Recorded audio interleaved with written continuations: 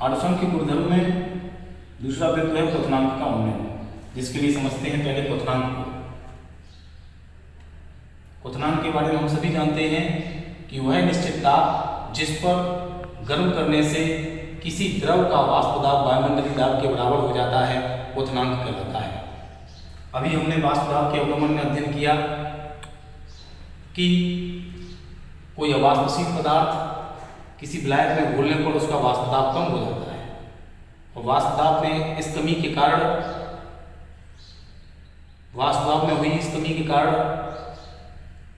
उसे वायुमंडलीय दाब के बराबर ले जाने के लिए हमें अधिक ताप की आवश्यकता होती है, जिस कारण क्वथनांक भी बढ़ जाता है। क्वथनांक की इस वृद्धि को क्वथनांक का उन्नयन कहते हैं। दूसरे शब्दों में कहें, यदि किसी विलायक में कोई अवाष्पशील पदार्थ घोल दें तो उसके क्वथनांक में वृद्धि हो जाती है। क्वथनांक की हुई इस वृद्धि को हम क्वथनांक का उन्नयन कहते हैं। अगर हम माने यदि विलायक का क्वथनांक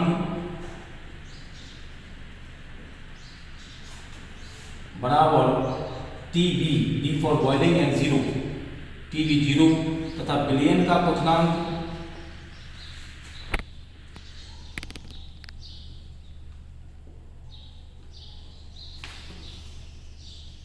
TB हो, तो क्वथनांक का उन्नयन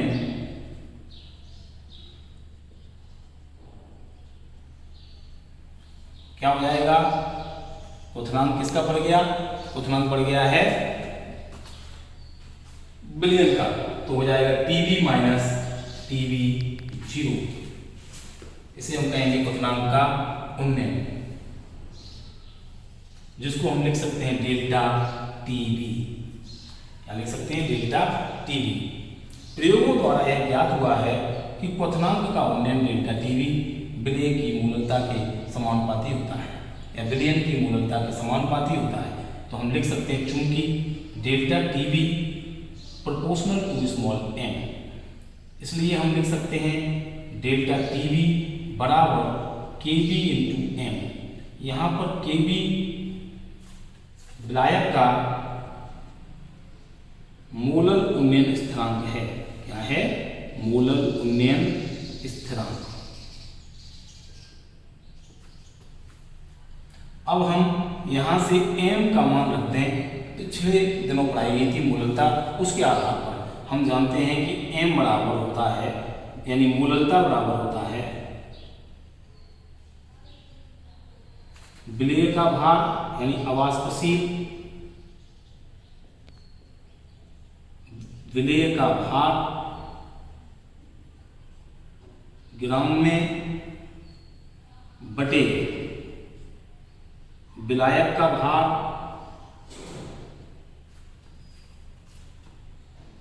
बटे विलय का अणुभार